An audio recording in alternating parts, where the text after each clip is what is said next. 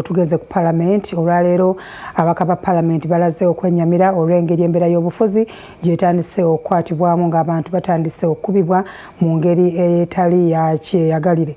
Kale kaakati bategeezezza nti embeera bategeezezza Parliament nti ensonga zino abakulu ab'ebyokwerinda bandibadde bazikwata n'amaanyi nsonga era ate mu Parliament yemu gye tulabidde aliko omuwabuzi wa President Gertrude Njuba ng'ateereddwa ku nninga nnyonnyolwe engeri abantu gye bagoba mu birombe eri e Kasanda.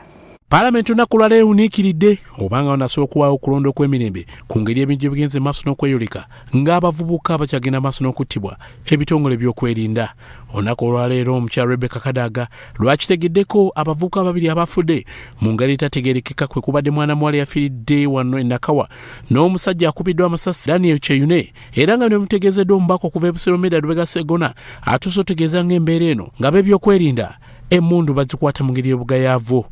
The Honorable Robert Kyagulanyi Sentamu, who was driving in the thick traffic of Nansana.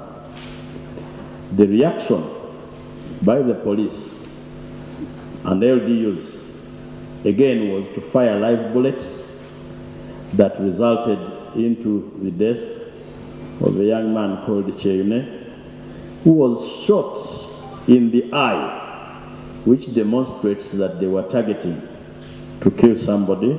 So what do we do with this election that we have announced and issued a roadmap? But the one which is even more disturbing, I'm really beginning to wonder whether we shall have elections, whether candidates will campaign. If even sitting MPs cannot organize their constituencies, really, who issues these instructions? I don't know why the police is panicking. I don't know what they are after too.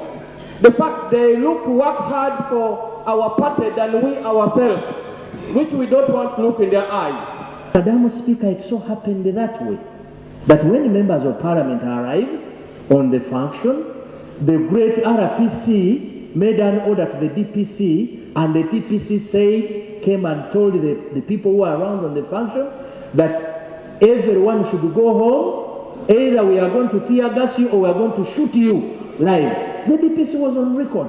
And Madam Speaker, I want to give questions on our members.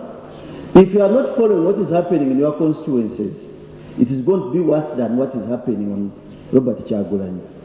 Those interested in the constituencies against each other will find a force from police to manage each of us, which is a threat. And what will come out, Madam Speaker, it is going to be death. The Prime Minister should come and authoritatively address this House. Are people allowed to campaign?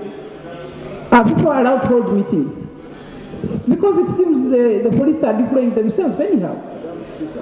This is not right. This is not good for democracy. Ye eyali omuwazi wa President Gertrude Njuba yeekandaze n'ava mu kakiiko ka Parliament ak'obutonde ng'abuuzibwa ebirombe bya zaabu e Kasanda nga wano abalomba asobola bibiri baagobaganyizibwa. Mu nsisinkano ebadde olunaku olwaleero ebadde ekulembeddwa minisita w'ebyobugagga eby'omuttaka Sarah Pendi ate omukyalo mamutadde ku nninga okunnyonnyola engeri kampuni ya AUC gye yagenda maaso n'okwekomya ebirombe bino olwo abantu bano ne bagoba mu ngeri etategeerekeka. The mining lease for AUC is supposed to expire this month.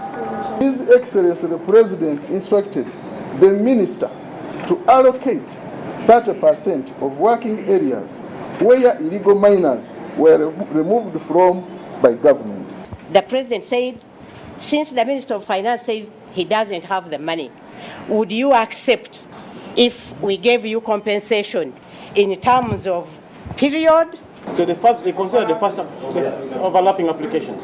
So he's not telling the truth. I want to pray that we bring a Bible or whatever his religion is and he speaks under oath and is taken responsible for telling this committee lies.